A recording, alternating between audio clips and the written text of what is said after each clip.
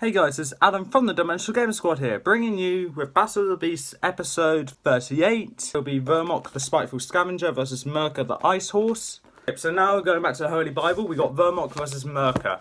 Now, my prediction, I think Mirka's the larger beast. Wow, we're open up on the M section, so I just need to find Mirka. Mirka! 157, wow, that's actually really short size. Vermok, let me guess, 200 odd, maybe? I don't know. 167 and 157. Damn it! Vermok is slightly larger. Oh, damn it. I'm really upset I got that wrong now. Okay, so where would this battle take place? Well, considering it goes along with its cover, Mirka can't be melted by fire.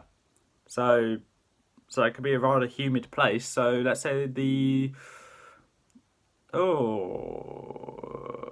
I'm trying to think where Vermok's battle was. I think it was in the last city, so a rather rocky area. So let's say the Northern Mountains. So yeah, so we close your eyes and we weave you a tale of the second beast fight. So Mirka and Vermok are now about to go into a fight. Say woohoo! Oh God. So Vermok's wandering around the Northern Mountains trying to hunt down and kill a beast because he feels left out. Literally, there's only one beast left in that area. That being Mirka. So, Vermok sees Mirka and starts charging straight towards him, bouncing from one rock to another, very agilely, I guess. Mirka sees this, and what he does as a defense mechanism, he whips his tail towards Vermok, releasing a bunch of icicle spikes going directly towards Vermok. Most of them miss, but some of them actually hit Vermok. One in the back, one on the paw, I think. Claw, paw.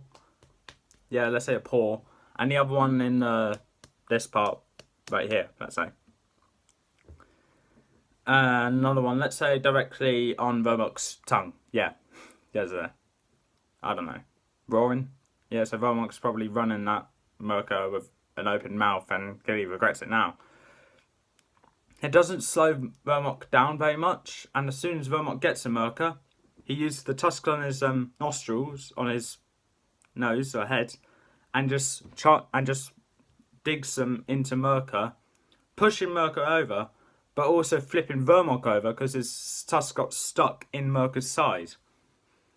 Mirka gets back up, sees that Vermok is just hanging around, just minding his own business, just touching the floor and just having his tusks stuck in Mirka. Just going, yo.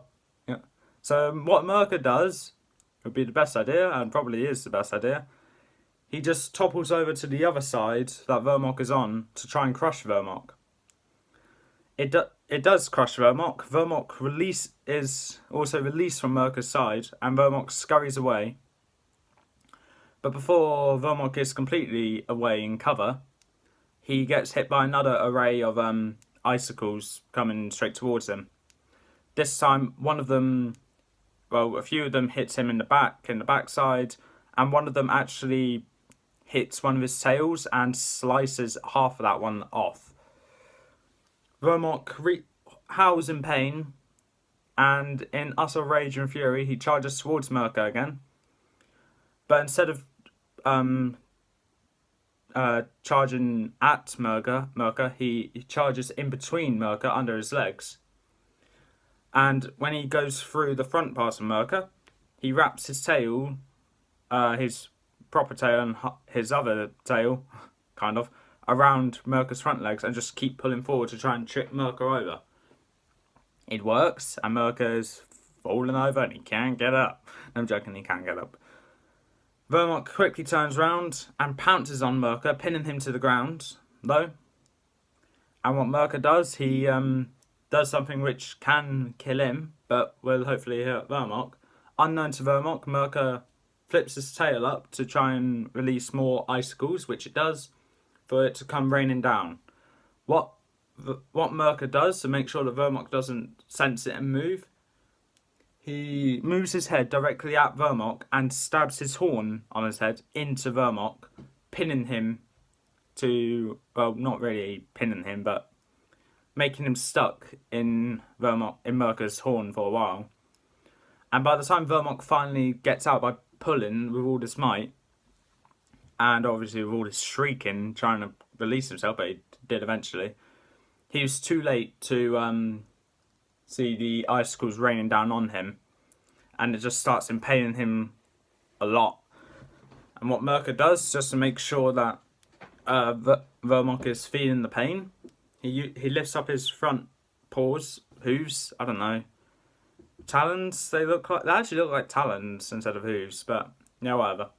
Lifts him up, puts him on Vermok, and just digs his claws directly into Vermok's back and starts pulling backwards, causing Vermok unimaginable pain.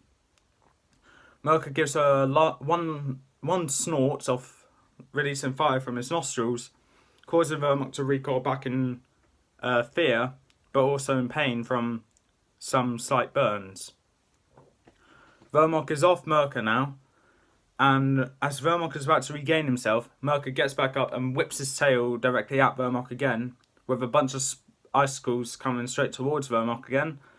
A few going into his mouth this time, some on the back, some on the underside, and one in each of his eyes. So Vermok's blinded, probably should be dead right now. And whilst Vermok is steadily trying to gain himself, Mirka sneaks up behind to the side of Vermok, lifts his front part of himself up, and digs his claws directly into Mirka, forcing Vermok onto the ground with his claws directly in Vermok, and just starts slowly, but also quite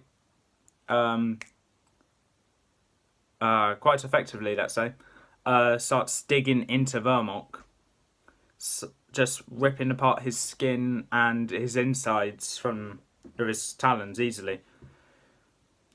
But before he actually does any major damage to the insides, what Mirka does is that he puts his nostrils towards that wound, snorts again, and then you just see smoke coming out of Vermok's mouth, sensing that Mirka's just roasted the insides of Vermok. Mirka lets go of Vermok and just starts walking away into the mist of the northern mountains. Vermok is dead. Mirka has won. So yeah, that's the results of this battle. Press the notification bell down in the corner below, and I'll see you next time.